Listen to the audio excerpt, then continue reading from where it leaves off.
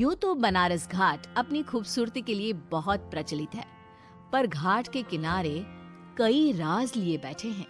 ये कहानी शुरू होती है बनारस के घाट के पास बने ममता निवास से, जहाँ प्रिया लाल जोड़े में ममता के घर उसकी बहू बनकर आती है।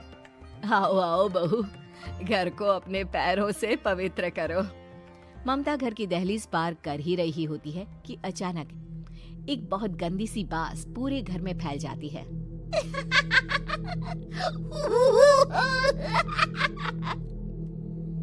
ये बदबू और ये आवाजें, ये कौन हंस रहा है माँ? अब ये पड़ोसी ना हमारे थोड़े अलग से है। कहाँ हम शाकाहारी और ये मांस मच्छी खाने वाले। छोड़, तू ध्यान मत दे और गृह प्रवेश कर। और हाँ बहू, अपनी सास की एक बात हमेशा याद रखना, इन पड़ोसियों से तो कभी बात नहीं करेगी। अच्छे लोग नहीं है ये। अपनी सास की ये बात मानेगी ना बेटा? हाँ माँ, जो आपकी मर्जी, मैं उनसे बात नहीं करूंगी। अगले दिन प्रिया अपनी पहली रसोई बनाने रसोई घर में जाती है। ये छोकी बात तो नाक में जा रही है। एक काम करती हूँ, खिड़की खोल देती हूँ। प्रिया खिड़की खोलने जाती है। इतने जाले, लगता है इस खिड़की को कभी खोला ही नहीं गया। पर ऐसा क्यों? ओह, नॉन वेज की स्मेल आती होगी ना। 2 मिनट के लिए खोल लेती हूँ, फिर बंद कर दूंगी। प्रिया खिड़की खोलती है। खिड़की खोलते ही उसकी नजर सामने वाले घर की खिड़की पर पड़ती है, जहाँ एक लड़की खड़ी होती है, हाथों में मेहंदी, लाल रंग की साड़ी, बिल्कुल सजी धजी, मानो प्रिया की तरह ही वो भी नई नवेली बहू हो। वो प्रिया को देखकर मुस्कुराती है। हे भगवान, माँ ने तो इनसे बात करने को मना किया था। प्रिया फौरन ही खिड़की बंद कर देती है और तवे पर चढ़े रोटी की ओर देखने लगती है, पर वहाँ रोटी न होकर मछली पड़ी होती है। ये क्या? पहली ही रसोई में इतनी बड़ी गलती। हे भगवान, अब मैं क्या करूं? प्रिया बहुत डर जाती है और फौरन रसोई की सफाई करने और फिर सभी के लिए खाना बनाने लग जाती है। जब वो सबको खाना परोसती है, सब तो ठीक है, मैं बेकार में चिंता कर रही थी।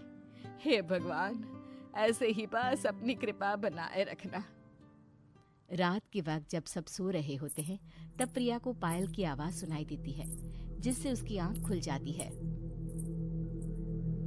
ये पायल की आवाज कहाँ से आ रही है? प्रिया उठकर उस आवाज के पीछे छत की सीढ़ियों तक जाती है। तभी उसे बच्चे के रोने की आवाज आती है। प्रिया छत पर जाती है तो क्या देखती है? वही लाल साड़ी वाली लड़की अपनी गोद में एक नवजात बच्चे को घुमा घुमा कर सुला रही है। तभी प्रिया की नजर उसके पेट पर पड़ती है। ओह गॉड, ये तो प्रेग्नेंट भी है। सुनिए, बच्चा सो नहीं रहा है क्या? मैं कुछ मदद करूं? नहीं नहीं, आपके घर वालों को अच्छा नहीं लगेगा, मैं संभाल लूंगी। स्नेहा की गोद से बच्चा हाथ मारकर प्रिया की गोद में आने को छटपटाने लगता है। दोनों घर अगल बगल में बने होने के कारण प्रिया उस बच्चे को गोद में ले लेती है। प्रिया के पास आते ही वो सो जाता है। बच्चे का वो स्पर्श रात भर प्रिया भूल नहीं पाती और अगली सुबह वो छत पर कपड़े सुखा रही होती है। तभी उसे एक औरत इशारा करके बुलाती है। स्नेहा कह रही थी बाबू तुम्हारी गोद में आते ही सो गया। मैं गौरी, स्नेहा की माँ हूँ। बहू, घर आना, बाबू को खिला भी लेना। शाम को जब घर पर कोई नहीं रहता, बच्चे से मिलने के लिए प्रिया छिपकर अपनी पड़ोसन के घर चली जाती है और कुछ देर बच्चे को खिलाकर वापस लौट आती है। इसके कुछ दिन बाद ही प्रिया को पता चलता है कि वो माँ बनने वाली है। ममता की खुशी का ठिकाना नहीं रहता।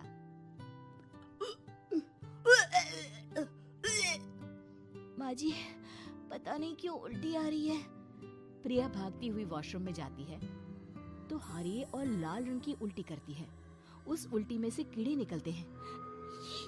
ये क्या? खून और ये कीड़े! माँ! माँ! प्रिया की आवाज सुनकर ममता दौड़ कर आती है, पर बेसिन में कुछ नहीं होता।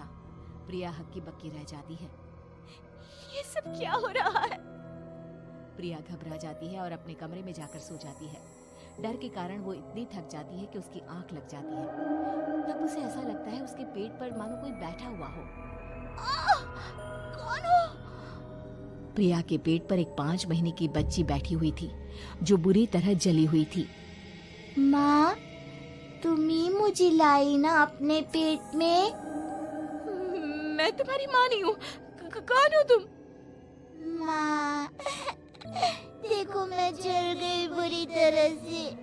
6 महीने पेट में रहने को भी मुझे नहीं मिला। सहला दो ना माँ। बचाओ, बचाओ, माँ। ममता दौड़कर कमरे में आती है।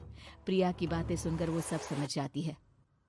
तू कहीं बगल वाले घर में तो नहीं जाकर आई ना बहू? मुझे माफ कर दो, मैं गई थी माँ। उस घर में सब मरे हुए हैं बहू। कई साल पहले स्नेहा उस घर में बहू बनकर आई थी। कुछ ही दिन में वो एक बच्चे को जन्म देने वाली थी। पूरा घर बच्चे के आने की खुशी में खोया था कि एक दिन अचानक उस घर में आग लग गई। सब बुरी तरह जलकर मर गए।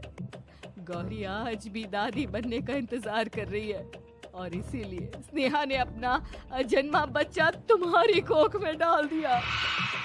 ममता ये कह रही होती है कि पीछे से उसके पैरों को एक बच्चा पकड़ लेता है। दादी, दादी। माँ, स्नेहा की गोद में यही बच्चा था। ये बच्चा कौन है फिर? तेरी मौत है। तेरी भी दादी। जिस चीज का ममता को डर था वही हो गया। ममता निवास के ऊपर मौत ने चादर बिछा दी थी। प्रिया का पेट ऐसे बढ़ जाता है मानो 9 महीने का हो। 2 हाथ उसके पेट से बाहर निकलते हैं। बहू, संतोष को फोन कर, किसी पंडित जी को बुला बहू। प्रिया का पति भागता हुआ घर आता है। ये तो होना ही था माँ। तेरा पाप तेरे सामने आ गया तो तू सह नहीं पा रही है।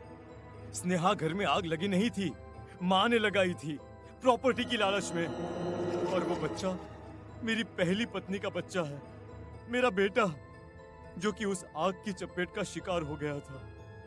मैंने तुमसे ये सब माँ के कहने पर छुपाया था। मुझे माफ कर दो प्रिया। तुम अगर चाहो तो यहाँ से जा सकती हो। मैं तुम्हें किसी भी बंधन में रखना नहीं चाहता। मेरी शादी हुई है आपसे, मैं आपको छोड़ नहीं सकती, पर उससे पहले हमें स्नेहा, उसकी माँ और बच्चे की आत्मा की शांति करवानी होगी। संतोष और ममता गौरी के घर जाते हैं। अंदर सब कुछ जला हुआ होता है। जमीन पर जली हुई लाशें बिखरी हुई थी। ममता रो रो कर अपनी करने की माफी गौरी से मांगती है। प्रिया स्नेहा के घर वालों का अंतिम संस्कार करवा देती है और ममता निवास फिर से आत्माओं के साए से मुक्त हो जाता है।